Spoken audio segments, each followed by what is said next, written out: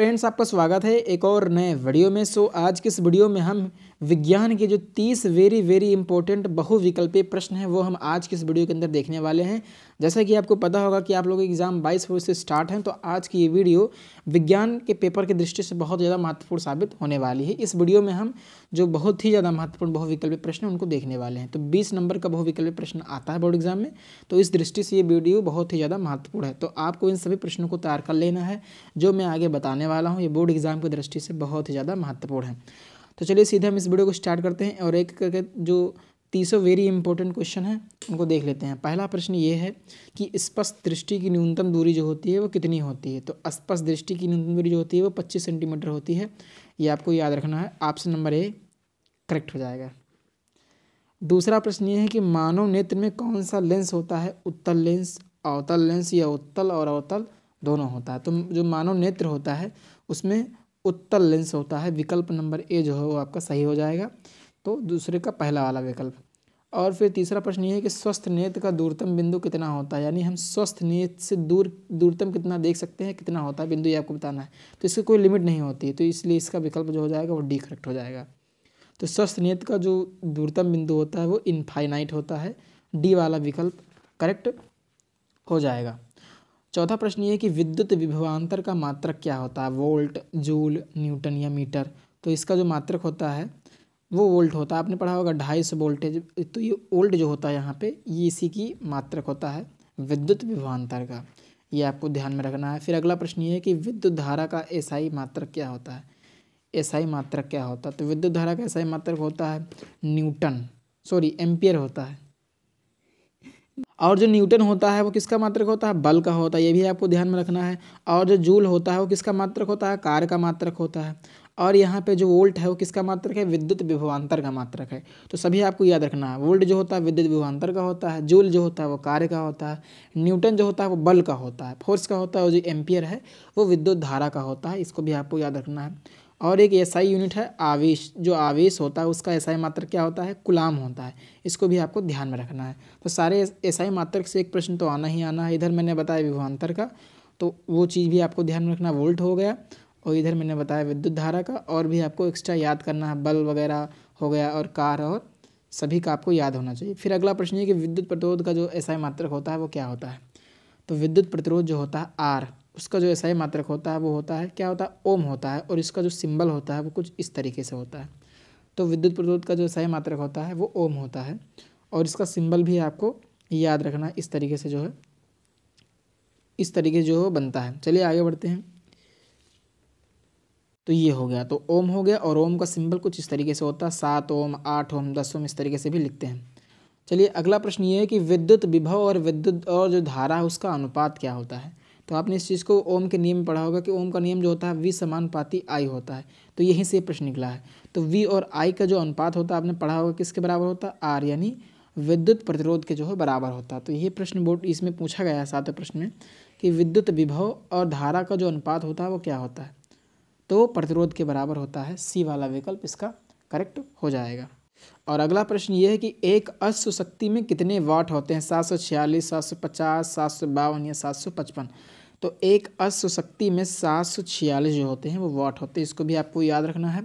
9वां प्रश्न ये है कि 1 किलोवाट घंटा में कितने जूल होते हैं। तो ये होता है, एग्जैक्ट वैल्यू आपको याद रखना है, 3.6 × 10⁶ जूल होता है 1 किलोवाट घंटा में। 1 किलोवाट घंटा में कितने जूल होते हैं, तो इतने जूल होते हैं। और अगर हम वैसे बात करें तो इसको ऐसे भी लिखा जा सकता है 36, उसके बाद में हम 5 जीरो लगा सकते हैं, आगे 5 जीरो लगा सकते हैं। तो ये भी आपको याद में रखना है।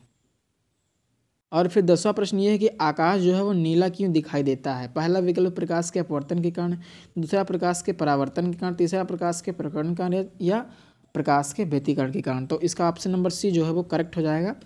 प्रकाश के प्रकीर्णन के कारण जो होता है वो आकाश नीला दिखाई देता है। तो जो 10वां है उसका सी वाला विकल्प करेक्ट हो जाएगा। तो इसको जो है आपको याद में रखना है। 11वां प्रश्न ये है कि जो विद्युत बल्ब होता है, बिजली के बल्ब का जो तंतु होता है, फिलामेंट होता है, वो किसका बना होता है। तो वो बना होता है टंगस्टन का। ऑप्शन नंबर डी जो है वो करेक्ट हो जाएगा। फिलामेंट पूछा है किसका बना होता है, तो टंगस्टन का बना होता है। ये आपको ध्यान में रखना है। फिर है ओम के नियम का सूत्र है। तो ओम का नियम आपने पढ़ा होगा V समानुपाती I, या v बराबर क्या होता है, जब ये समानुपाती का चिन्ह हटता है तो यहाँ पे एक कांस्टेंट नियतांक लगता है जिसे हम विद्युत प्रतिरोध कहते हैं। तो v बराबर क्या होता है, आई आर होता है। तो ये आपको याद रखना कि ओम के नियम का सूत्र क्या है, तो v बराबर आई इंटू आर। ऑप्शन नंबर पहला जो है वो करेक्ट हो जाएगा। 13वां प्रश्न ये है कि मनुष्य के जो है स्वस्थ नेत्र में प्रतिबिंब कहाँ बनता है। तो 3 विकल्प दिए हुए, 4 चौथा इसमें है नहीं, इनमें से कोई नहीं। और विकल्प है रेटिना के आगे, रेटिना के पीछे या रेटिना पर। तो इसका सी वाला विकल्प करेक्ट हो जाएगा। जो मनुष्य के स्वस्थ नेत्र में जो प्रतिबिंब है वो रेटिना पर बनता है। कहाँ बनता है, रेटिना पर बनता है। विकल्प सी जो है इसका राइट हो जाएगा। और फिर 14वां प्रश्न ये है कि अंतरिक्ष यात्री को आकाश जो है वो कैसा दिखाई देता है। ये बहुत ही इंपॉर्टेंट प्रश्न है। तो 4 विकल्प दिए हैं, काला, हरा, नीला या पीला। तो जो अंतरिक्ष यात्री होता है उसे क्या दिखाई देता है, आकाश का रंग जो होता है वो काला दिखाई देता है। ऑप्शन नंबर पहला जो है वो करेक्ट हो जाएगा। और फिर 15वां प्रश्न ये है कि दूरदृष्टि दोष के कारण वस्तु का प्रतिबिंब कहाँ पे बनता है। तो दूरदृष्टि दोष के कारण वस्तु का जो प्रतिबिंब होता है वो रेटिना के आगे बनता है। और अगर हम वही स्वस्थ नेत्र के लिए बात करें तो रेटिना पर बनता है। और जब उसे दूरदृष्टि जो दोष है वो हो जाता है तब कहाँ बनता है, रेटिना के आगे बनता है। तो इधर मैंने ये बताया प्रश्न आपके सामने कि जो मनुष्य के स्वस्थ नेत्र में प्रतिबिंब कहाँ बनता है, तो रेटिना पर। और अगर दूरदृष्टि की बात करें तो कहाँ बनेगा, दोष कारण जो बनेगा वो रेटिना के आगे बनेगा। ये वाला विकल्प करेक्ट हो जाएगा। और फिर अगला प्रश्न ये कि प्रिज्म द्वारा विचलन अधिकतम जो है वो किस में होता है। तो पहला विकल्प है हरे रंग में, दूसरा पीले रंग में, तीसरा है बैंगनी रंग में, चौथा है लाल रंग में। तो इसका सी वाला जो विकल्प है वो करेक्ट हो जाएगा बैंगनी रंग में। तो सी वाला विकल्प इसका करेक्ट हो जाएगा बैंगनी रंग। और अगला प्रश्न ये है कि प्रिज्म द्वारा, वही सेम क्वेश्चन है कि प्रिज्म द्वारा विचलन अधिकतम किस में होता है। तो बैंगनी रंग मैंने इधर बताया है, ये करेक्ट हो जाएगा। चलिए आगे बढ़ते हैं। अगला प्रश्न ये है कि समतल दर्पण की फोकस दूरी जो होती है वो कितनी होती है। तो समतल दर्पण की जो फोकस दूरी होती है वो अनंत होती है, इनफाइनाइट होती है। डी वाला विकल्प इसका करेक्ट हो जाएगा। और फिर 18वां प्रश्न ये है कि हीरे का चमकना किसके कारण होता है, यानी हीरा जो होता है वो किसके कारण चमकता है। 2 विकल्प दिया हुआ कि प्रकाश का परावर्तन के कारण, प्रकाश का अपवर्तन के कारण, पूर्ण आंतरिक परिवर्तन के कारण और प्रकाश के व्यतिकरण के कारण, इंटरफेरेंस ऑफ लाइट।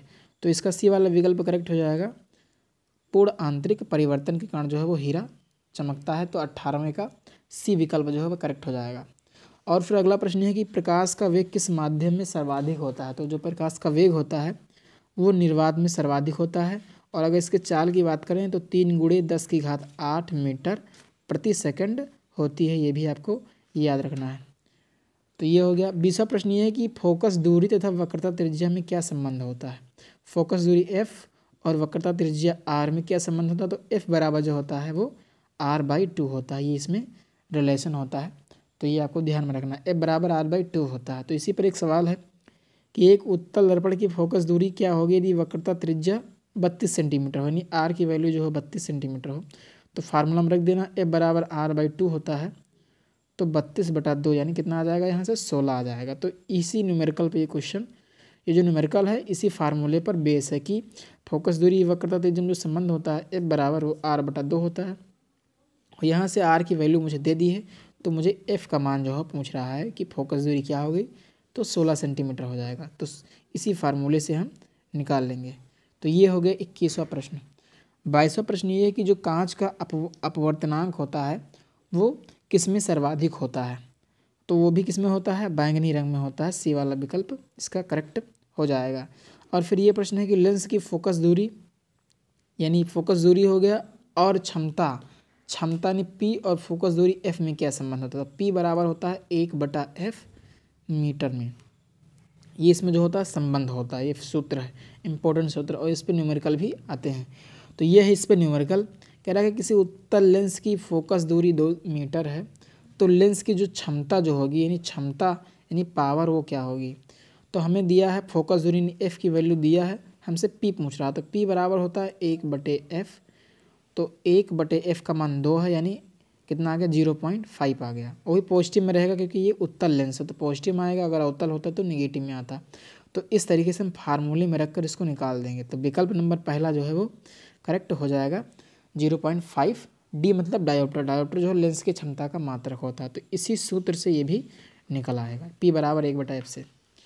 और 25वां प्रश्न ये है कि जो ओम का नियम है वो किसके लिए जो है वो सत्य है। तो इसको आपको कमेंट बॉक्स में बताना है। 25वां प्रश्न है।